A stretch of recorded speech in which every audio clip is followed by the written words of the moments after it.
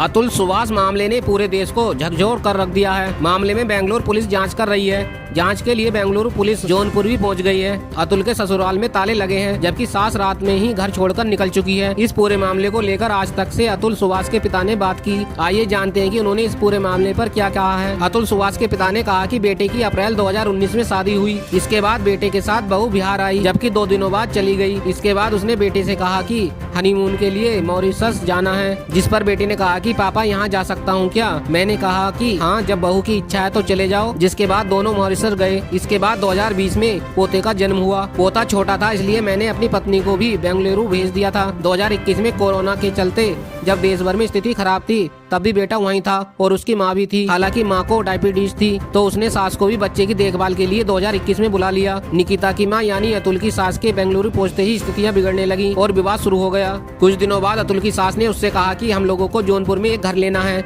इसलिए कुछ पैसे चाहिए, क्योंकि जौनपुर में उन लोगों का घर बहुत ही गंदी जगह है। जिसके बाद अतुल ने 18 लाख रुपए घर खरीदने के लिए सास को ऑनलाइन दे दिए। हालांकि इसके बाद सास ने फिर अतुल से 20 लाख रुपए की मांग की, तो अतुल ने मना कर दिया और कहा कि मैं अब पापा की अनुमति के बिना इतना पैसा नहीं दे पाऊंगा। इसके बाद सास ने कहा कि आपके पास पैसा तो है, फिर क्यों नहीं दे रहे हो। इस पर अतुल ने कहा कि हम लोग कुछ भी करने से पहले परिवार से पूछते हैं। इसके बाद अतुल के सास की अगले दिन जौनपुर की फ्लाइट थी, लेकिन उसने जौनपुर आने से मना कर दिया और कहा कि वह 3 दिन रुकेगी। इसके बाद उसकी सास ने 3 दिन में क्या किया पता नहीं, बस यहीं से स्थितियां खराब होने लगी। इसके बाद तुरंत बहू और पोते को लेकर जौनपुर आ गई। अतुल के पिता ने दहेज प्रताड़ना को लेकर कहा कि बहू निकिता के परिवार ने दहेज के रूप में कोई पैसा नहीं दिया है। बेंगलुरु से जौनपुर आने पर ही अतुल के सास का नजरिया बदल गया और फिर जनवरी 2023 में उसने कोर्ट में केस फाइल किया। अतुल और निकिता में कोई झगड़ा नहीं था, लेकिन निकिता की मां की वजह से सब कुछ खराब हो गया। आज तक से बातचीत के दौरान अतुल के पिता ने प्रताड़ना पर भी जवाब दिया। उन्होंने कहा कि बेटा जौनपुर जाता तो आने पर कहता था कि जज नहीं बैठी है तो मैं आ रहा हूँ, मेरे 3 वकील थे। अतुल ने प्रताड़ना को लेकर हमसे तो कुछ शेयर नहीं किया, लेकिन अचानक सब कुछ कर लिया।